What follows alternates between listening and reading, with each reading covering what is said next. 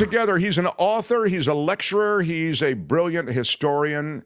He is so cool to come here on Wednesdays, and he also is a podcast host himself. More on that in a moment. How about it for John Rothmann?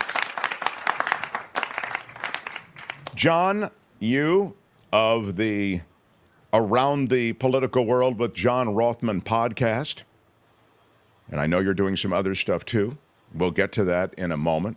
I want to ask you about this thing that's going down in North Dakota. In North Dakota, they've actually put it on the ballot, John. They've put a limit on the age for someone going to Congress. They are going to vote on that in North Dakota. Speak to that for me. Should there be a limit, an age limit on serving? Absolutely not. I'm absolutely opposed to it. Just as I might add, I'm opposed to an age limit for radio talk show hosts. Now, look, Mark, it's the silliest thing. And by the way, what a state does is their business, but under the Constitution, all you gotta be is 25 years old and an American citizen to run for the House of Representatives. And for the Senate, you have to be 30 years old. And so I think it's completely irrelevant. Well, it's happening in North Dakota, one of the least populous states, of course. Nonetheless, it's a state that might give you some sense of which way the wind is blowing on this issue. Listen, they elected Kristi Noem as their governor. And I would suggest to you that any suggestion that they are a barometer of public opinion, can you imagine if all the animal lovers in the world had to vote, whether they'd vote for Kristi Noem or not? Come on, Mark. Well, the reality is, John, though, you know, they, as North Dakota, they have as many voting senators as we do in California. That's right. And they have an impact, but we're talking about a vote in North Dakota on a local issue about whether or not there should be an age limit, which I do not believe is constitutional. And frankly, I'm opposed to any age limit. I think people know when someone is too old or not competent to serve. I feel the same way about the presidency. And by the way, I oppose the 22nd Amendment, which put a term limit. I think the idea of term limits on a president are ridiculous.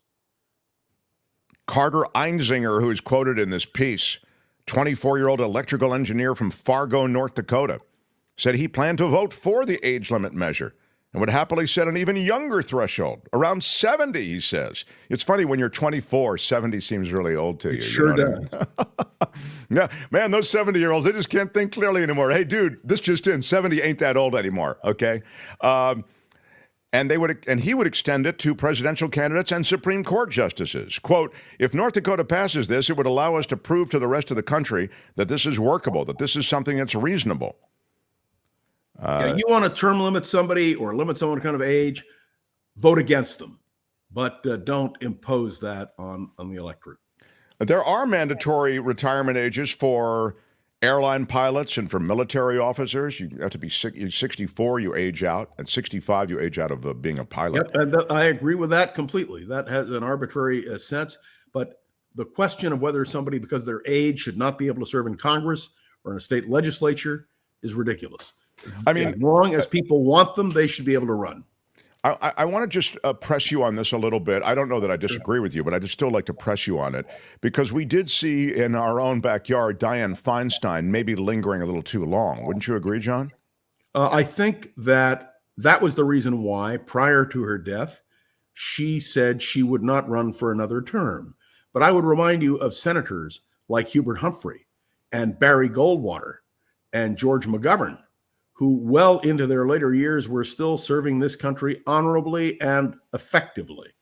So as I say, I think, just to put a cap on it, I'm not in favor of term limits and I'm not in favor of age limits. And if there were an age limit, Mark, imagine where we would be. Mitch McConnell's 82, by the way, I'll remind you. It's not a Democratic exclusive thing. It's not party specific. Yeah, North Dakota hasn't elected a Democrat in years, so right. So they're dealing with old GOP. But yes, John, I want to ask you about something that I'll get back to Hunter Biden, and we'll get to that in a second. But I really wanted to ask you about something that's happening around the world, because you do have that kind of perspective on international politics. The rise of the far right in European politics. We've seen it in France. The European Union elections this week. There you go. Hungary, of course, is already that ship has sailed, I feel. But speak to me about what's happening in Europe and the rise of the far right. Why and how? It's scary as all get out. The idea that the right would triumph in Europe after Hitlerism, fascism, Nazism is astounding to me. But it's part of a reaction. Remember that prior to World War II, the right in Europe coalesced against communism, against Russia, and it became a right versus left issue. But I have to believe and I have to hope that good common sense will prevail and that neither the far right nor the far left will achieve the kind of power that they would both like to have. Don't you think it's being fed by immigration issues? In part, immigration issues, monetary issues, trade issues. There are a whole host of reasons. And I must add, charismatic leadership. If you have a charismatic leader on the left or the right, they're the ones who soar to success. Fortunately, the European Parliament has very little impact on the life of Europeans. Europe is still a sovereign in terms of each nation really determining its own policies. But when you look at Hungary and a man like Orban, you ought to be scared out of your wits. This is just simply the reality. America, by the way, has a history of going to the center. We rejected a Barry Goldwater, who was viewed as far right. We rejected a George McGovern, who was viewed as far left. And Richard Nixon always used to say to me, when you run in a primary, a Democratic primary, run to the left, Republican primary, run to the right. But if you want to win the general election, you run to the center. And I think the center is where most people should be. Well, that's a really interesting point. And I wonder also if America, somebody's saying they're hearing an echo. Do you hear an echo, Albert? Sorry if you're hearing an echo. Guys. Mark, it could be Barry Goldwater's old slogan, a choice, not an echo. Do you hear it, Albert, or no? Yeah, it might be John Rothman's audio. So if you're able to turn your audio down, John, just a little bit. Thank you, John Rothman. Yeah. Mark has an echo. Several people are, yes, echo. Yes, sorry echo. Echo. Yeah, turn your audio down, Rothman. What the hell's going on around here? I blame you, Albert. Can't you get Rothman to work his system to a point that we don't have this issue? Yes, for heaven's sake, Albert, can't you regulate me? Unfortunately, I can't. I can do his audio output, but not how much he's taking. God. They pay me a lot of money for having attitude. Okay, I know. All right, turn your damn audio down, please, Rothman. I want to hear you just once, if I could. I would, and what I was going to say is I would reflect on America and in America see our, sadly, low information voters. There are a lot. We silo our information in this country. I'm sure it's siloed worldwide. But, we kind of get what we want, but we're fairly provincial when it comes to politics in America. That is to say, we really worry about our own thing. I'm sure that most Americans couldn't even tell you who the president of France is. But the reason I mention that as a positive, it's actually a good thing in this case, is that the rise of the right, I'd suggest to you, and I'm kind of running this past you, the rise of the right feeds on itself. It happens in Europe. These despotic leaderships rise. These fascist leaderships come into power. The right feeds on itself. They make deals. There's a momentum almost. And as you, I think, rightly point out, these charismatic leaders, they've been a large part of this. But we in America, isolated, as I've just said, I don't know that has an effect so much on American politics, even understanding that most of those far-right leaders want Trump to reascend to the presidency. What are your thoughts on that? Well, I agree. Look, we're polarized in this country over the personalities of Trump and Biden. And we tend to polarize about personalities, and that's just the way it is. But there's nothing we can do to control that. We have a free country, and you can vote for who you wish. Now to Hunter Biden. I'm hoping that the echo's gotten a little bit better. People are still getting echo gone here, says William. I've been muting John during your questions. Oh, okay, great. So you're muting. That's great. Thank you, Albert. Albert, thank you, as was once said by Albert. Thank you. Yeah, there you go. So, John, let's get back to now domestic politics and Hunter Biden. The verdict. I don't know that much political hay can be made of the verdict, but you're the political ninja. What do you think is going No, to happen? I don't think it will have much of an impact. After all, it's Hunter, not Joe. And the fact that the Republicans, particularly, I listened to Elise Stefanik, who was a leading candidate for the vice presidency, talked about the Biden crime family. If Jim Comer and the House committee had any criminal proof against the Biden family, they should offer it. The simple truth is there isn't. And I would remind you, Donald Trump now has 3 guns, and he is a convicted felon. And he admits to having 3 guns. I don't know how they're going to deal with that. Hunter Biden had 1 gun. And I would suggest to you that the Republican Party is now tied in knots. The Supreme Court is going to rule on several gun issues in the next few days or weeks. And the question is, how will that affect Hunter Biden? If you believe that anyone should be able to have a firearm, then Hunter Biden should have been allowed to have one. And for the Republicans, this is a big problem. And for the NRA, a bigger problem. They've tied themselves up in knots, and that's the way it is. But I hasten to point out the real issue for me is a candidate for president who would talk about January 6th warriors, hostages, and victims, and a candidate who may well be the Republican nominee talking about revenge and retribution. Now, that scares me a lot more than Hunter Biden. You know, Hunter Biden broke the law. Okay, let him pay the penalty. But Hunter Biden is not Joe Biden. Well, the Biden crime family, John, now will be exposed. They can move on from this to May I say that if James Comer, who is chairman of the appropriate House committee, had any real evidence that there was a crime committed, it would have been presented. But how often, Mark, have we heard, oh, the evidence is about to come out, we'll prove it, and they never prove it at all. Now, let me point something else out to everybody. It is not uncommon for presidential family members to profit from someone being in office. I don't like it, but it's not a crime. And no one has been able to prove or even suggest that Joe Biden has been the recipient of any situation which would be criminal. If they had it on him, Mark, they would use it. Believe me, and they'd use it before November. John, the Jim Jordan-led Judiciary Committee in the House, they want Merrick Garland to release the recording of Joe Biden, the transcript of which we've already seen, in the conversation about the transcript, and you would point out what they want to do is have the House of Representatives, and they're working on it now. Maybe Kim can update us if something happened while we're on the air. They want the Attorney General of the United States to be reprimanded, to be censured. And all I can tell you is it is not going to happen. Frankly, there are enough Republicans who I think won't vote for this that it will die. Should it happen? No. He is not in contempt of Congress. That's the question of contempt. Why weren't the actual audio turned over? The transcripts were turned over. And it was the feeling that the Republicans would take that audio and chop it up and misuse it. And all I can say is the Republicans have everything they need. And if they want to move contempt, let them. This would not be the first attorney general who has been held in contempt. Bill Barr was held in contempt, I would remind you. And other attorney generals over the years have been held in contempt. Doesn't mean anything. It's a meaningless gesture by the Republicans. I frankly listened to the Attorney General Merrick Garland the other day. They attack him mercilessly and without foundation.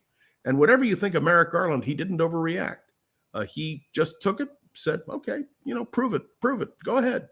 And they're unable to do that. They did the same thing this last week to Dr. Fauci. I listened to both hearings with horror. It reminded me, if I may be so bold as to say, of Joseph McCarthy and his bullying tactics. Look, if you're chairman of a committee, you have to act responsibly. Comer is chairman, and he ought to act responsibly. And of course, they're not. And that applies also to the chairman of the Judiciary Committee, Jim Jordan. These kinds of absurd statements are really dangerous. It's always rich to me when the Republicans attack Merrick Garland, because I see Merrick Garland as one of the weakest AGs you could possibly. I'm sorry. He is okay. not a weak AG. He has took been a forever to appoint Jack Smith. It's his slow walking of Jack Smith's appointment that's led us to this point. No, I'm sorry. I disagree with you completely. It is not slow walking at all. The question is, can you hear these cases? They are being slow walked because of an appeal to the United States Supreme Court. Merrick Garland has no control over that. They are being slow walked because of an appeal to the Supreme Court now. But if you had started it 18 months prior, then this Supreme Court delay still would have been fine. He's slow. He didn't appoint the special counsel, John, until after the J6 presentation that we all saw. Go ahead. Decision. It was a decision not to pursue it until there was a body of evidence.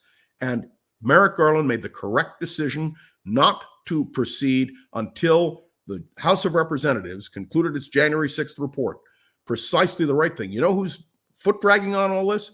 Donald Trump's lawyers, who will bring up every single objection. But mark my words, Mark, the real challenge will be in the next few weeks when the Supreme Court rules on the question of blanket immunity for Donald Trump. If there is no blanket immunity, this thing will slide forward, not till after the election, I'm sure, but it will go forward. But I want to emphasize this. Merrick Garland decided not to weaponize the Justice Department. He decided to follow procedure. He decided to wait for a thorough investigation from the January 6th committee. And it is Trump's lawyers, and yes, their appeal to the Supreme Court, which is delaying things. Donald Trump's whole method has been to delay. And I will make you a prediction. I think it's the safest prediction I'll ever make. And that is that if Donald Trump is elected president, he'll pardon everybody, as he says he will do. Do you understand? And I want people to understand this very clearly. We have never had a more corrupt approach to the presidency than the one being suggested by Donald Trump. Revenge, retribution, stalling. I don't put this on Merrick Garland. Merrick Garland has done exactly what he should do, which is why the Republicans are having a hard time pinning him down. They can't condemn him because he hasn't done anything wrong. What would have been wrong, and I'll say this up front, would have been if Merrick Garland had tried to weaponize the Justice Department. That would have been wrong. I love how we allow an attempted coup to go without any check from the Justice Department until this J6 committee presents its report. They're investigative arms of the Justice Department, John, as you know. They don't have to wait for the J6 report from Congress. It would have been the weaponization of the Justice Department. Merrick Garland has made clear that he will not use the Justice Department for that purpose. It's a weaponization of the Justice Department to investigate an attempted coup on the U.S. government. That's what Jack Smith is doing. And Jack Smith, by the way, is viewed as one of the ablest investigators. But Jack Smith can investigate. But as of now, he cannot proceed because the question has to be answered, is the President of the United States above the law? I get it, but there was no Jack Smith until the J6 House presentation, and there should have been 18 months prior. We go around and around on this. I love you, but I think we're not going to agree on it. Have moved quicker, and I would challenge you. I love challenging you on your own program to show me that path, because what Merrick Garland did was to ensure that he could not be charged with anything. And Donald Trump's lawyers purposely want to go to the Supreme Court. They really believe that they can obstruct all investigations, and they can't. And that was proven in New York. People asked, why didn't this whole thing move quicker? It moved slowly in order to make sure there were no mistakes and there was nothing that was reversible. I think the implicit countenance of the misdeeds of a chief executive as Rome burns, if you don't mind me using the parallel. I mean, that this attempted coup was a violent attempt. It was also, they attempted to undermine the law. They launched fake electors. All of these things were in evidence as a result of subpoenas that the Justice Department themselves could have served. They didn't need, you don't need the House Congressional Committee to get those subpoenas served, John. Let's stop for a minute and think about this. Donald Trump calls the January 6th people warriors. He calls them hostages. He says they are victims. And Donald Trump was prepared to go to the end of the earth to prevent any investigation or charges. So what did Merrick Garland do? He appointed one of the ablest prosecutors around, Jack Smith. Jack Smith puts the case together based in large measure on the January 6th committee's report, which I have in front of me and should be read by every American. And he shouldn't have had to wait for that report. Well, let me tell you, that was an interesting question that you asked, because then you would have had parallel hearings. You would have had the Justice Department, and then you're talking about the weaponization of the Justice Department. So you're going to let this guy get away with an attempted coup because you're afraid of the appearance of partisanship. That's how we ended up here. No, Mark, ridiculous. He's not getting away with it. We have the January 6th report. We have Jack Smith's report, which is now being compiled. We have the ability, if Donald Trump does not get blanket immunity, you will see those federal charges. But the point is, no one can say then that the process was subverted. The real challenge, despite Sam Alito's and his wife's rather eloquent taped conversation in which they prove their bias and their prejudice, or Clarence Thomas, who proves it repeatedly. I'm going to tell you, I'll make a prediction to you. When the Supreme Court rules on this, and I hope they do it quickly, I think there's an essential element to this. What you're going to see is at least two justices of the Supreme Court, Alito and Thomas, who I will predict will do everything they can to keep Donald Trump safe. I'm hoping that the other justices of the court will abide by the United States versus Richard Nixon. And I would remind you that you have in the case of Alito and Thomas, both of them declining to recuse themselves. My old friend Bill Rehnquist, who was an associate justice, recused himself in the United States versus Richard Nixon because he understood the conflict. You have two justices of the Supreme Court who are refusing to recuse themselves. And I would hasten to point out, nobody can force them to recuse themselves. No. John, what was your prediction, though? I heard I'm hoping that such and such. Hoping is not a prediction, Rothman. I want a prediction when you say you're going to give me a prediction. My prediction is that the Supreme Court will turn back Trump's claim of absolute immunity. I believe that Thomas and Alito will vote to uphold that immunity, and that will show again their bias and prejudice. But no, Merrick Garland, I can tell you I've studied this meticulously. He has done precisely the right thing, and history will record that he did the right thing. Although I will agree with you on one thing, Mark, and I hate to agree with you on your own program. It's much too slow. They should have nailed Trump on January 6th right after it happened. But we have a procedure in this country. This whole conversation is just about that. That's what I just said. At the end of the entire thing, you agree with me. I agree with what the conclusion should be, but I'm telling you, you are disregarding the process. But let me point out, Mark Thompson is an authoritarian. He wants it done his way. But I won't do what Donald Trump would accuse you. I would never accuse you of being a fascist or a communist. He's around the political world with John Rothman is the podcast. He joins us on Wednesdays. We love you. He's our former colleague and a delightful visitor. He's also on The Voice of San Francisco. Check him out, The Voice of San Francisco with John Rothman. John, love you. Come visit again. John Rothman, everybody. Hi, it's Mark, and I thought that was great. Hit the notification bell. You'll know whenever there's a new video being dropped, and please subscribe to our channel to help us save the universe.